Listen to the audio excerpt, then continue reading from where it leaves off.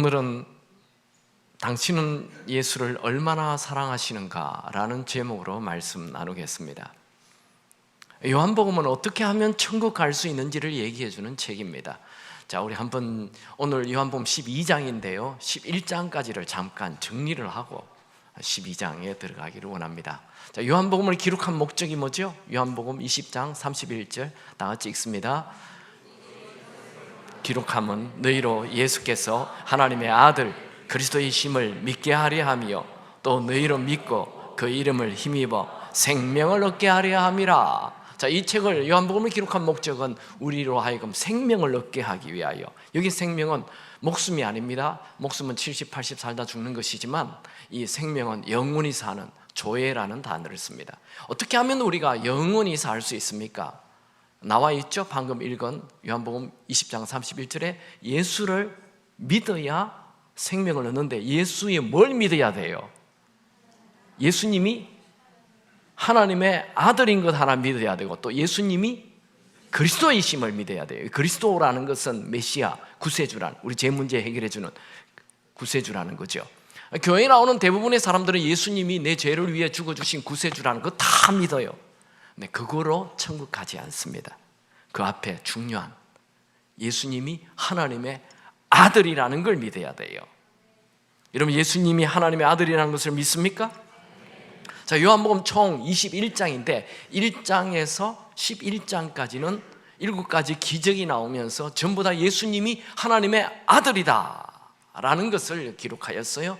이것이 예수님 공생애의 대부분의 생애를 3년 반을 다 여기다 쓰십니다. 예수님 자신이 하나님의 아들이라는 것을 얘기하는데, 그리고 마지막 한 주, 그것을 십자가에 죽으시면서 자신이 그리스도이심, 메시아이심을, 구세주이심을 얘기합니다.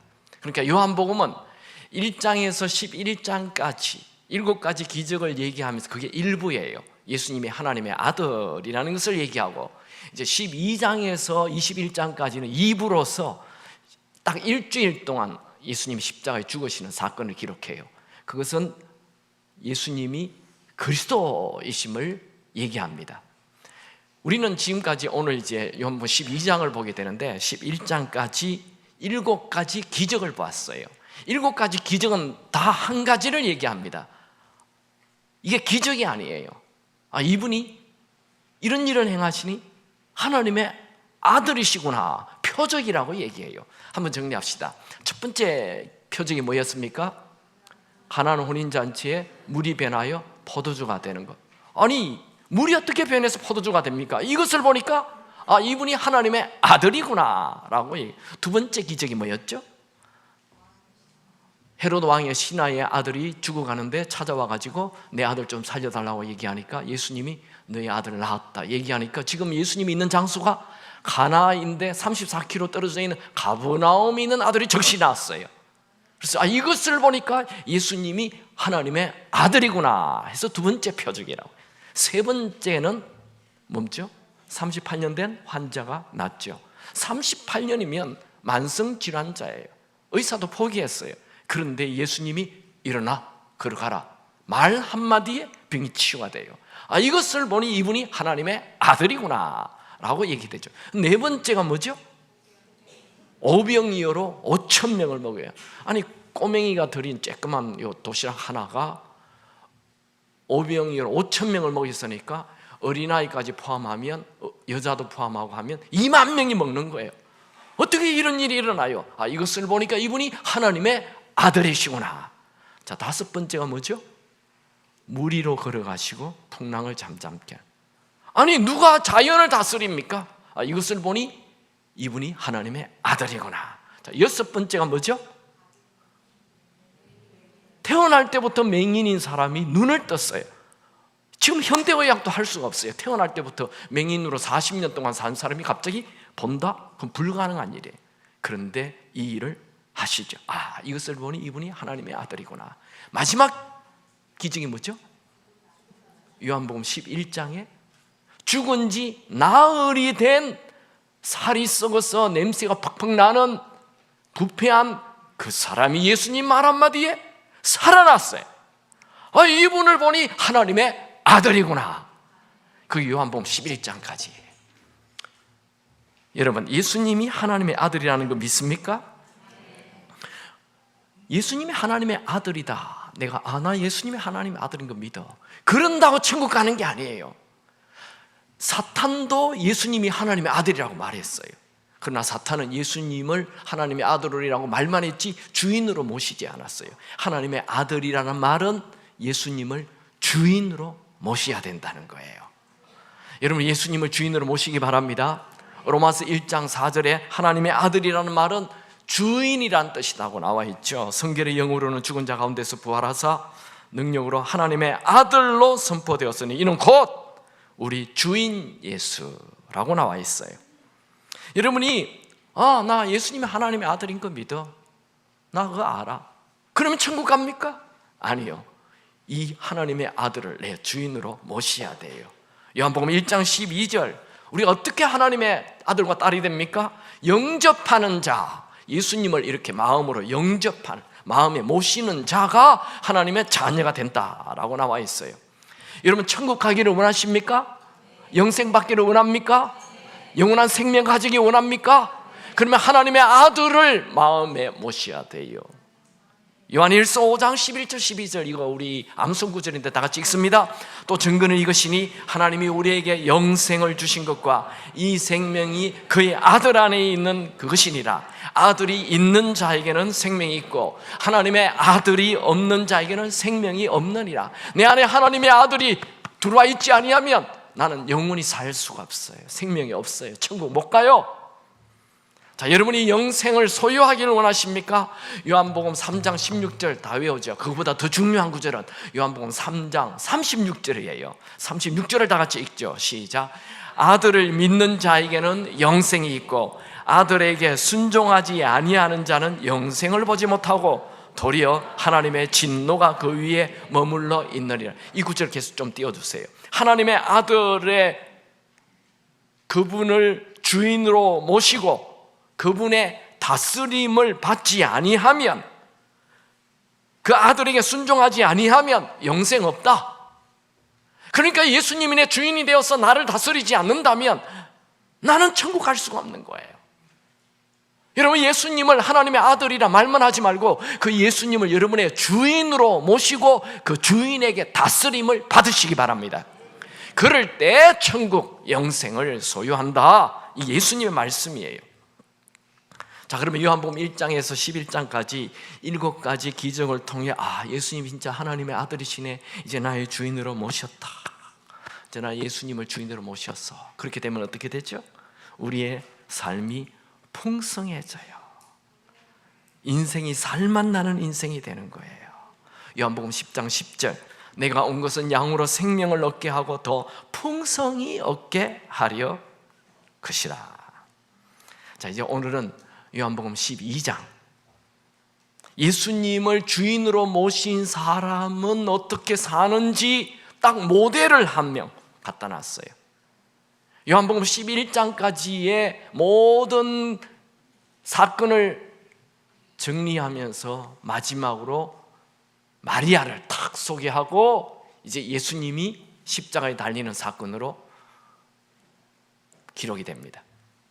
그래서 이 마리아의 사건은 그냥 평범한 사건이 아니고 이 요한복음 11장까지의 한 예수님을 하나님의 아들로 주인으로 모신 사람이 어떻게 살아야 되는지 보여주는 것입니다. 이제 본문을 봅시다. 요한복음 12장 1절 다 같이 읽습니다. 시작. 6월절 엿새 전에 예수께서 베다니에 이르시니 이곳은 예수께서 죽은 자 가운데서 살리신 나사로가 있는 것이라. 예수님의 공생애는 이제 3년 반이 다 끝나고 딱 한 주를 남겨두고 있어요. 예수님은 죽은 지 나흘 된 나사로를 살리신 그 장소 베다니를 통해 이제 예루살렘에 입성하려고 합니다. 이 베다니는 예루살렘으로부터 한 3km 정도 떨어져 있는 예루살렘을 가는 길목에 있습니다. 마리아와 마르다는 예수님이 온다는 소식에 큰 잔치를 베풉니다. 요한복음 12장 2절을 읽습니다. 거기서 예수를 위하여 잔치할새 마르다는 일을 하고 나사로는 예수와 함께 앉은 자 중에 있더라. 지금 잔치를 베풀고 있는 집이 언뜻 보면 꼭 나사로의 집 같죠? 그런데 마태복음에 보면 이것은 전에 문둥병자였던 나환자였던 시몬의 집에서 일어난 일이라고 얘기합니다. 마태복음 26장 6절 7절에 예수께서 베다니 나병 환자 시몬의 집에 계실 때에 한 여자가 매우 귀한 향유 한 옥합을 가지고 나와서 식사하시는 예수의 머리에 부으니, 나병이라는 것은, 문둥병 환자라는 것은 그 당시에 불치병이에요. 이것도 전염이 돼요. 그래서 이 병에 걸리면 가족과 이별을, 생이별을 하게 됩니다. 그리고 동네에서 추방이 되어서 저 동굴 같은데 가족이 갖다 주는 음식을 먹고 그렇게 외롭게 살다가 병들어 죽고 마는 거예요. 그 병에 걸렸던 이 시몬이 예수님께서 그 병을 치유해 주었으니 얼마나 좋겠습니까? 예수님이 너무 좋아서 예수님이 자기 동네에 온다는 소식을 듣고 큰 잔치를 베푸는 거예요. 근데 이게 쉬운 일이 아니에요. 왜냐하면 요한복음 11장에 그 죽은 나사로를 살렸을 때 그것을 본 이 유대 종교 지도자들이 그냥 예수도 죽이려고 그러고 나사로도 죽이려고 했어요. 그 본문에 나와 있죠. 요한복음 11장 53절에 이날부터 그들이 예수를 죽이려고 모의하니, 11장 57절에 이는 대제사장들과 바리새인들이 누구든지 예수 있는 곳을 알거든 신고하여 잡게 하라 명령하였습니다. 그러니까 예수님이 나타나면 당장 체포하라는 거예요. 그런데 이 나사로는 예수님을 초대해서 자기 집에서 동네에서 잔치를 벌여요. 이건 얼마나 위험한 일입니까? 여러분, 예수님을 사랑하면 위험한 행동을 하는 것입니다. 마르다도 그 잔치에 와서 섬겨요. 근데 마르다가 이 잔치에서 지금 손님으로 온 거거든요. 자기 집에서 하는 게 아니에요. 시몬의 집인데 부엌에 들어가서 얼마나 열심히 섬기는지 몰라요. 지금 이 잔치에 참여한 사람은 예수님의 제자를 포함하여 동네 사람까지 하면 한 20여 명이 넘는 사람들의 이 식사를 마르다가 막 섬겨요. 마르다가 전에 예수님이 자기 집에 왔을 때 마리아가 예수님 발 앞에 딱 앞에 앉아가지고 설교를 듣고 있을 때 가서 얘기했잖아요. 예수님, 내 지금 부엌에서 식사 준비하는데 이 마리아는 그냥 앉아가지고 꼼짝도 안 하고 있어요. 이거 좀 야단하세요. 이렇게 얘기했던 사람이 마르다예요. 그런데 지금은 자기 스스로 부엌에 들어가가지고 한 명도 아닌 20명이 넘는 사람의 음식을 막 기쁘게 지금 대접하고 있어요. 마르다가 바뀌었어요. 언제? 자기 오빠, 죽은 오빠가 살아나는 것을 직접 체험했기 때문에 예수님을 진짜 주인으로 모신 것입니다. 전에는 섬김이 불평이 있는 섬김이었는데 지금은 섬김이 특권이며 행복이 된 것입니다. 오늘 본문에는 아주 특별한 행동을 하는 한 여자가 나오죠. 주인공이죠. 마리아입니다. 마리아가 어떻게 합니까? 자, 3절을 요한복음 12장 3절 다 같이 읽습니다. 마리아는 지극히 비싼 향유 곧 순전한 나드 한 근을 가져다가 예수의 발에 붓고 자기의 머리털로 그의 발을 닦으니 향유 냄새가 집에 가득하더라. 이 마리아가 하는 행동을 보면 예수님을 주인으로 모신 사람이 예수님에게 어떻게 해야 하는지를 잘 보여주고 있어요. 첫 번째로 마리아는 예수님에게 최고의 것을 드립니다. 이 나드는 인도에서 나는 식물의 뿌리에서 채취한 아주 비싼 향유입니다. 나드 향유는 고대 유대인이나 로마인들이 시신에 발라서 악취를 제거하는 데 사용했을 뿐만 아니라 귀한 손님이 오면 머리에 조금 발라줘서 향기를 내게 했던 것입니다. 마리아가 이 나드 향유를 한 근이나 예수님 발에 쏟아부었어요. 한 근 340g이에요. 그 값은 300데나리온이 된다고 가룟 유다가 말을 했어요. 예수님 당시 한 데나리온은 노동자 하루치 1급이에요. 그러니까 이걸 300데나리온이나 되니 안식일을 빼면 1년치 연봉에 해당되는 거예요. 우리 한국의 노동자가 하루에 일을 막노동을 하면 얼마 봅니까? 하루에 보통 좀 막노동방에서 하면 하루 일당이 한 10만 원 정도 돼요. 그러면 1년치 하면 3천만 원에서 4천만 원이에요. 잠깐 예수님을 만나는데 3천만 원, 4천만 원을 그냥 발바닥에 그냥 쏟아 붓는 거예요. 참 사랑은 값을 계산하지 않습니다. 참 사랑은 말로 하지 않습니다. 참 사랑은 행동을 합니다. 여러분, 예수님을 주인으로 모셨습니까? 그렇다면 예수님에게 여러분의 최고의 것을 드릴 수 있게 되기 바랍니다. 주님에게 아낌없이 드릴 수 있는 삶을 사시기 바랍니다. 예수님은 적당히 헌신하는 50% 헌신하는 1000명보다도 100% 헌신한 한 명을 찾고 있습니다. 그분이 여러분이 되길 주님의 이름으로 축원합니다. 값을 지불하지 않는 사랑은 가짜예요. 우리 형제들 자기 아내를 굉장히 사랑한대요. 그런데 월급은 1원도 주지 않아요. 가짜예요. 우리 자매님도 정신 차리기 바랍니다. 이 돈이 오지 않는 것은 가짜예요. 마음이 있으면 돈이 분명히 가게 되는 것이죠. 여러분, 우리는 요한복음에 나오는 7가지 기적을 보고 환호성을 지르고 흥분하고 기대합니다. 이야, 예수님만 만나면 병이 낫고 어떤 병도 낫고, 예수님 만나면 없는 물건도 생기고, 예수님 만나면 물도 포도주로 기쁨이 생기고, 예수님 만나면 죽은 자도 살아나고, 예수님 너무 좋아요. 7가지 기적 너무너무 좋아합니다.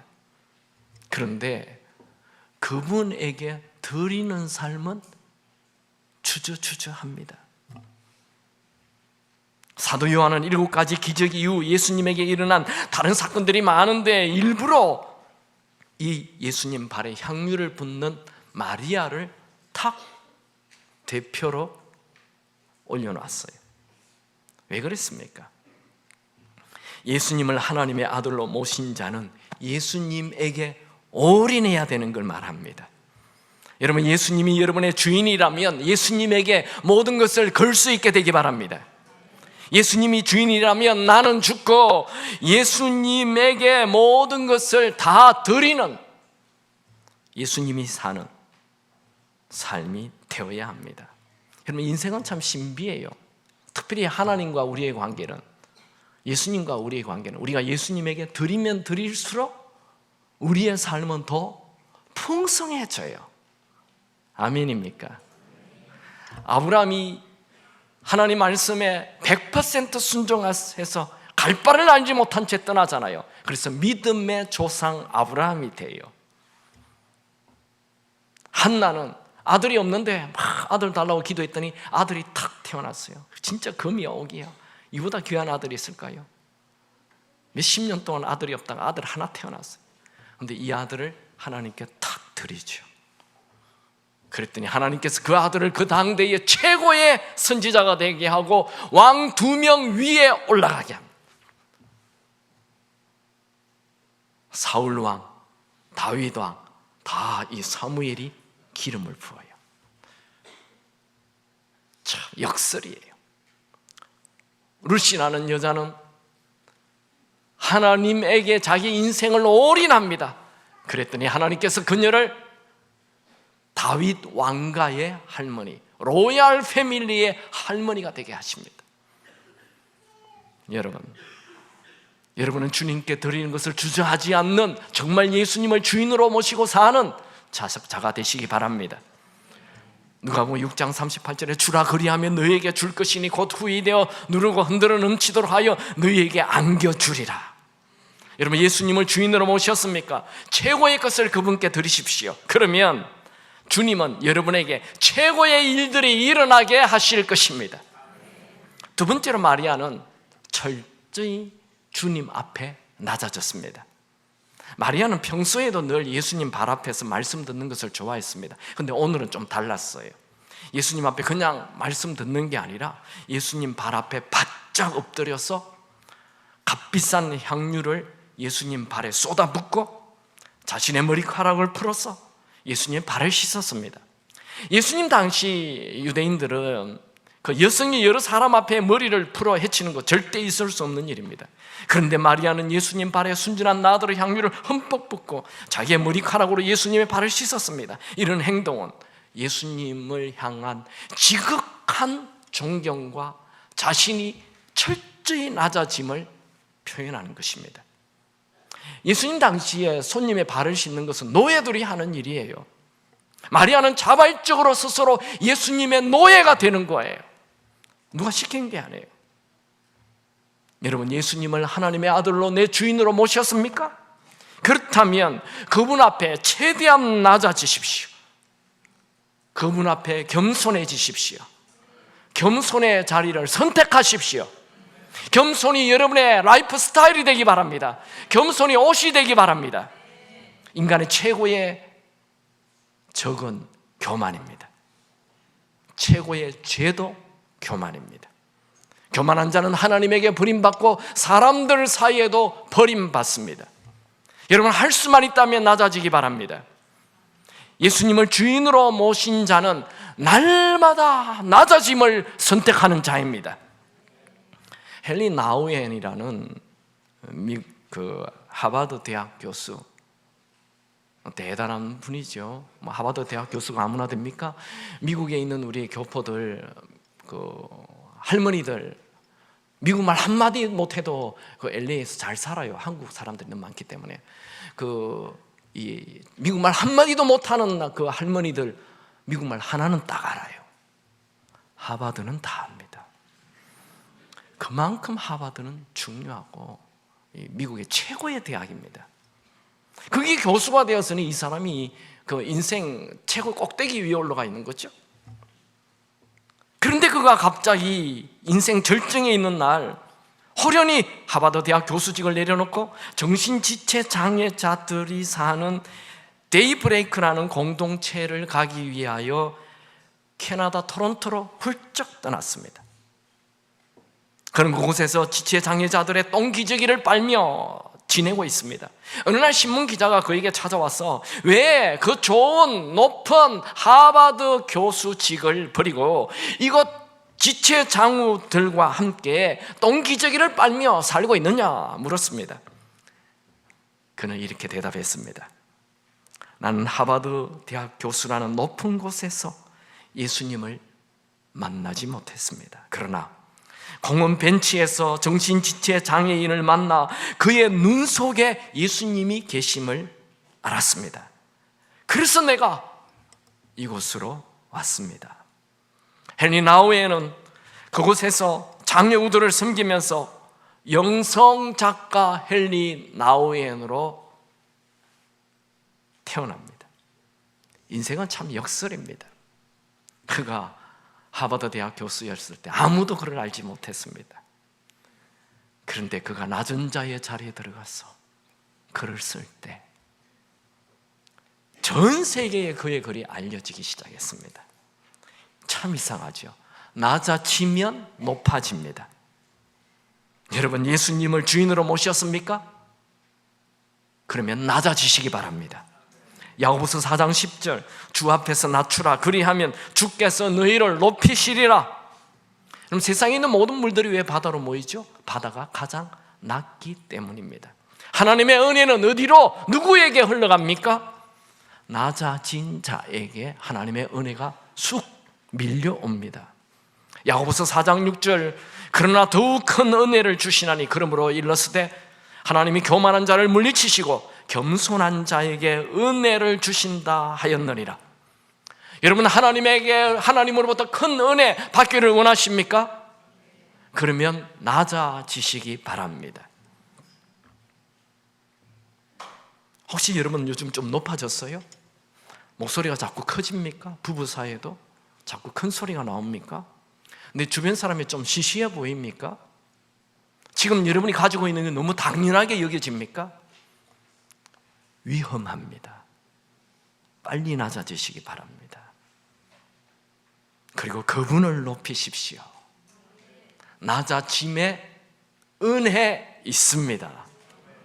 예수님을 주인으로 모신 사람은 낮아져야 합니다. 세 번째로, 마리아는 들림으로 사람으로부터 오는 비난, 그것 두려워하지 않았습니다. 자, 4절에서 6절, 요한복음 12장 4절에서 6절 다 같이 읽습니다. 제자 중 하나로서 예수를 잡을 줄 룬유다가 말하되 이 향유를 어찌하여 300데나리온에 팔아 가난한 자들에게 주지 아니하였느냐 하니, 이렇게 말하면 가난한 자들을 생각함이 아니요 그는 도둑이라 돈꾀를 맞고 거기 넣을 것을 훔쳐 가미르라. 마리아가 예수님 발에 향유를 붓고 머리카락으로 씻자 가룟 유다가 비난하지요. 이 향유 값이면 300데나리온이나 되는데 이것을 팔아 가난한 자를 도와야 하는데 이렇게 예수님 발 앞에 쏟아부어서 낭비하면 어떻게 하느냐? 비난하죠. 지금도 마찬가지입니다. 여러분들이 주님을 위하여 뭔가 헌신하려고 하면 가족과 친구들이 다 그거야 쓸데없는 짓이라고 하며 비난합니다. 어쩌면 그들이 비난하는 게 당연한지 몰라요. 왜냐하면 그들은 우리가 예수님을 주인으로 모시고 산다는 걸 모르기 때문이지요. 여러분, 우리는 우리의 모든 것이 다 우리의 주인이신 예수님의 것입니다. 여러분, 우리는 이 세상의 성공을 위해 사는 사람들이 아닙니다. 우리는 살아도 죽어도 주를 위해 사는 자들입니다. 로마서 14장 8절, 우리가 살아도 주를 위하여 살고 죽어도 주를 위하여 죽나니 그러므로 사나 죽으나 우리가 주의 것이로다. 이 마태복음에 보면 이거 가룟 유다만 비난하는 것이 아니라 옆에 있는 제자들이 다 비난했어요.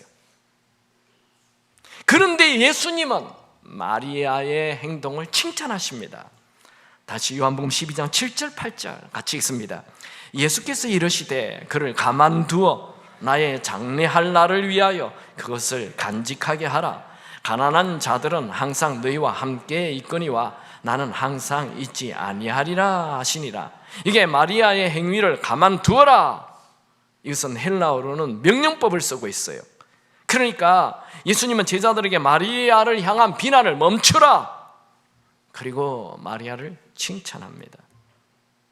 여러분, 마리아가 예수님에게 향유를 쏟아붓는 것, 이것을 우리는 거룩한 낭비라고 말을 합니다. 여러분은 예수님을 위해, 주님이 기뻐하는 일을 위해 거룩한 낭비를 해본 적이 있습니까? 예수님이 딱 보고 그거 참 귀한 일이다, 참 잘했다, 그런 일들이 있습니까? 여러분 스스로 물어보십시오. 우리가 주님을 위해 거룩한 낭비를 한다는 것은 이건 기쁨이며 특권인 것입니다. 마리아는 주님에게 무엇을 얻기 위해 오지 않았어요. 그는 잔치에 좋은 음식 먹기 위해 잔치 오지 않았어요. 그녀는 예수님을 만나 자기 병이 치유되는 것 원치 않았어요. 그녀는 죽은 나사로를 구경하러 온 것도 아니에요. 그는 단지 예수님에게 자기의 사랑을 표현하라고 왔어요. 그녀는 예수님에게 뭔가 드리기 위해 왔어요. 뭔가 예수님에게 던져서 그것을 낭비하기 위해 왔어요. 여러분들은 주님을 어떻게 대하고 있습니까? 여러분이 정말 예수님을 주인으로 모셨습니까? 그렇다면 주인 대신 예수님을 위해 거룩한 낭비를 할 수 있게 되기 바랍니다. 사도 바울은 자신이 주님을 사랑하기 때문에 자기가 과거에 아꼈던 좋아했던 모든 것 다 배설물로 여기노라, 그렇게 말했어요. 제가요, 우리 교회가 YMCA 옛날에 있을 때 어떤 청년 집에 신방을 갔는데 그 청년이 좀 이렇게 해외로 많이 다니는 청년이에요. 근데 집에 들어가자마자 입구에 술병이 쫙 있는 거예요. 근데 그 술병이 굉장히 비싼 술들이 가득 들어있는 그런 술병이에요. 목사님 이거 얼마인 줄 아세요? 하면서 막 자랑하고, 이거는 한 500만 원 됩니다, 이런 거 1000만 원 가량 됩니다 하면서 막 자랑하는 거예요. 내가 목사인데 계속 술병을 자랑하는 거예요. 근데 이게 왜 모읍니까? 제가 이거 모으는 취미입니다, 그렇게 얘기하더군요. 여러분, 주님이 그걸 들으면 뭐라고 말씀하실까요? 너는 쓸데없는 낭비를 하는구나, 나를 위해 낭비해 본 적이 있느냐 물으실 것입니다. 여러분, 주를 위해 낭비하시기 바랍니다. 주를 위한 낭비. 그래서 사도 바울처럼 내가 옛날에 좋아하는 취미생활 모으는 거, 수집하는 거, 여러분 진짜 예수님을 만나면요, 그런 수집하는 거, 모으는 거, 취미, 이거 다 배설물로 여기게 됩니다. 저는 여러분들이 뭘 수집하며 사는지 모르겠어요. 술병을 수집하는지, 우표를 수집하는지, 골프채를 수집하는지, 뭘 그릇을 수집하는지, 접시를 수집하는지, 컵을 수집하는지 몰라요. 차를 수집하는지, 어쨌든 그거 배설물로 여길 수 있게 되길 축원합니다. 축원합니다. 오늘 괜히 예배 참석해가지고. 배설물이 뭡니까? 표현이 좋아서 배설물이지 그게 DDONG예요. 그럼 배설물을 묵상하는 분이 있어요. 이야, 오늘 내 배설물 진짜 이쁘다. 와, 너무 아름답다. 병원 가시기 바랍니다. 배설물은 빨리 내려가라, 빨리 내려가라, 빨리 내려가. 내가 과거에 자랑했던 거, 내가 좋아했던 거, 내가 드러냈던 거, 이것을 다 배설물로 여기노라. 나는 오로지 예수만 전하노라. 그게 바울입니다. 바울이 예수를 주인으로 모신 사람이에요. 나는 죽었어. 내 안에 예수만 살아. 아브라함은 하나님을 사랑하여 그의 아들도 바칩니다. 모세는 하나님을 사랑하여 바로 궁정 생활 포기합니다. 마리아는 예수를 사랑하여 자기의 결혼 지참금 3천만 원, 4천만 원 되는 평생 모은 돈을 예수님 발에 쏟아 부어버렸어요. 낭비해버렸어요. 여러분, 이 세상에 진짜 가치 있는 것이 뭘까요? 영원히 남는 것이 뭘까요? 이 세상의 것은 다 지나가되 오로지 주님을 사랑한 것만 영원히 남게 될 것입니다. 예수님은 마리아의 행위가 앞으로 일주일 후면 십자가에 죽으실 자신의 죽을 몸 장례식을 위해서 지금 하고 있는 것이다, 그렇게 말했습니다. 마리아는 아직 예수님이 십자가에 죽는 줄 몰랐어요. 그런데 이렇게 기름 부음으로, 향유를 부음으로 예수님의 장례식을 준비한 것입니다. 근데 예수님은 이 행동을, 우리가 볼 때는 낭비인데 그 행동을, 예수님의 복음이 전파되는 데는 반드시 이 여자의 이야기를 전하라. 마태복음 26장 13절, 내가 진실로 진실로 너희에게 이르노니 온 천하에 어디서든지 이 복음이 전파되는 곳에서는 이 여자가 행한 일도 말하여 그를 기억하게 하라. 좀 이상한 얘기죠, 그죠? 이 마리아가 이 교회 1000개를 세웠습니까? 선교사 1000명을 파송했습니까? 그냥 예수님 발에 기름 쏟아 부은 게 그게 뭐 대단하다고? 그걸 복음이 전파되는 데는 반드시 전하라, 그렇게 얘기합니까? 왜 그랬을까요? 여러분, 사랑하는 남녀가 만나서 교제를 하는데 이 형제가 너무 돈이 없어요. 근데 여자에게 목걸이를 꼭 해주고 싶어요. 그래서 그냥 손이 피투성이가 되도록 어디 가서 한 달 내내 일을 해가지고 목걸이를 하나 다 만들어서 줬어요. 결혼할 때는 몰랐어요. 근데 나중에 결혼해서 이 남자가 얘기해, 여보, 이게 내 손이 왜 이렇게 흉터가 생기고 이렇게 된 줄 알아? 내가 이 목걸이 당신 그 목걸이 해주려고 한 거야. 그러면 이 여자가 이 목걸이 갑자기 너무 귀하게 여겨질 거야. 이 목걸이. 그럼 나중에도 얘기해요. 이제 돈 잘 벌 때도 얘기해요. 여보, 당신 이 목걸이 그때 그렇게 했지 하면서 늘 심심하면 얘기하는 거예요. 당신 이 목걸이 있잖아 하면서. 여러분, 우리가 천국 가면 내가 힘들고 어려울 때 주를 위하여 드린 것, 천국에서 예수님이 계속 얘기할 것입니다. 여러분이 몸이 아플 때 주를 위하여 섬겼던 것, 그 주님께서 천국에서 계속 얘기할 것입니다. 내가 어려울 때 내어놓았던 것, 주님께서 계속 얘기할 것입니다. 우리 인생은 딱 한 번밖에 살지 않는 이 짧은 인생인데, 이 인생을 주인을 위하여 드리는 인생으로, 주님을 위하여 드리는 것, 주님은 평가하십니다. 우리 인생에 남는 것은 주님의 평가입니다. 여러분, 오늘 내가 죽는다면 주님은 나를 뭐라고 평가하실까요? 결과가 어떻게 됩니까? 이 마리아가 향유를 쏟아부었을 때 무슨 일이 일어납니까? 요한복음 12장 3절에 마리아는 지극히 비싼 향유 곧 순전한 나드 한 근을 가져다가 예수의 발에 붓고 자기 머리털로 그 발을 닦으니 향유 냄새가 집에 가득하더라. 여러분, 사람은요, 두 종류의 사람이 있습니다. 악취가 나는 사람이 있고 향기가 나는 사람이 있어요. 우리 요즘 좀 오래 살잖아요. 그 어르신들을 향한 여러 가지 좋은 그 인터넷에 팁이 나와요. 그 나이 한 60, 70이 되면 이제 냄새가 몸에 많이 난대요. 그래서 자주 목욕하라, 그런 얘기가 나오고요. 또요, 입을 열지 말고 지갑을 열라, 이렇게 나와 있어요. 우리 어르신들 입을 열지 마세요. 많이 얘기하면 다 싫어해요. 잔소리 한다고. 그런데 지갑을 열면 다 좋아해요. 향기가 나는 거예요. 우리는 악취 나는 인생, 남 비판하고 지적질하는 인생이 아니라 내 것을 내어놓고 드리고 베푸는 향기 나는 인생. 여러분, 사람은 한 번밖에 살지 않는데 이 인생을 나를 위해 살면, 나를 높이기 위해 살면 악취가 납니다. 그러나 주를 높이기 위해 살면, 주님께 드리는 삶을 살면 향기가 나는 것입니다. 여러분이 가는 데마다 향기가 나게 되기 바랍니다. 말씀을 정리합니다. 예수님을 주인으로 모신 사람은 어떻게 살아야 합니까? 첫 번째, 예수님 나의 주인이시니 그 주인에게 최고의 것을 드리는 것입니다. 두 번째, 예수님이 주인이시니 그분 앞에 낮아지어서 그분만 높이는, 나는 낮아지는 삶을 사는 것입니다. 세 번째, 예수님이 주인이 되면 남들이 비난을 해도 주님께 드리는 삶을 사는 것입니다. 그렇게 살면 정말 향기 나는 인생.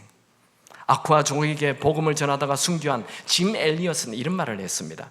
결코 잃어버리지 않을 것을 위해 간직할 수 없는 것을 버리는 사람은 바보가 아니다.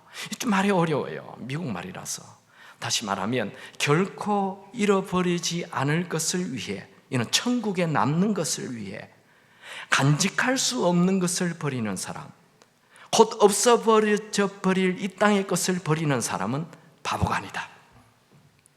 그러니까 영원한 천국의 상급을 위해 이 세상에 곧 없어져 버릴 것을 과감하게 주를 위해 투자하는 사람은 지혜로운 사람이라는 것이죠. 여러분, 예수님이 주인이십니까? 용해는 아멘 안 해서 한 번 더 물어보겠습니다. 예수님이 여러분의 주인이십니까? 그러면 주님께 드리는 삶을 사십시오. 아니, 목사님, 뭐 있어야 드리죠. 뭐 드리면 나에게 무슨 유익이 있습니까? 여러분, 예수님에게 드리면 우리에게 무슨 유익이 있을까요? 무슨 상급을 받을까요? 무슨 보상이 있을까요? 예수님께 드리면 무슨 보상이 있을까요? 여러분, 예수님이 내 주인이라는 이 자체가 보상입니다. 예수님이 이 더럽고 추한 나에게 들어와 내 주인으로 계신다는 이 자체가 축복이며 보상입니다. 뭘 더 바라겠습니까? 그분이 나의 주인이 된다는 것. 여러분, 그분이 내 주인이 되는 순간 내 인생의 방황이 끝이 나는 것입니다. 예수님이 우리의 주인이 되지 않는다면 우리 인생은 나그네 인생이며 왜 사는지 모르는 허무한 인생입니다. 예수님이 계심으로 인하여 인생은 삶의 목적이 있고 삶의 이유가 있는 것입니다. 예수님이 계심으로 사는 것이 행복합니다. 예수님이 계심으로 이 세상의 어떤 고난도 이길 힘을 갖습니다. 예수님이 계시기 때문에 어떤 질병이 와도 희망을 가지는 것입니다. 예수님이 계시기 때문에 오늘을 살 수 있는 힘을 가지는 것입니다. 예수님은 나의 산성이며 나의 피난처시며 나의 모든 것입니다. 그 주인을 사랑하시기 바랍니다.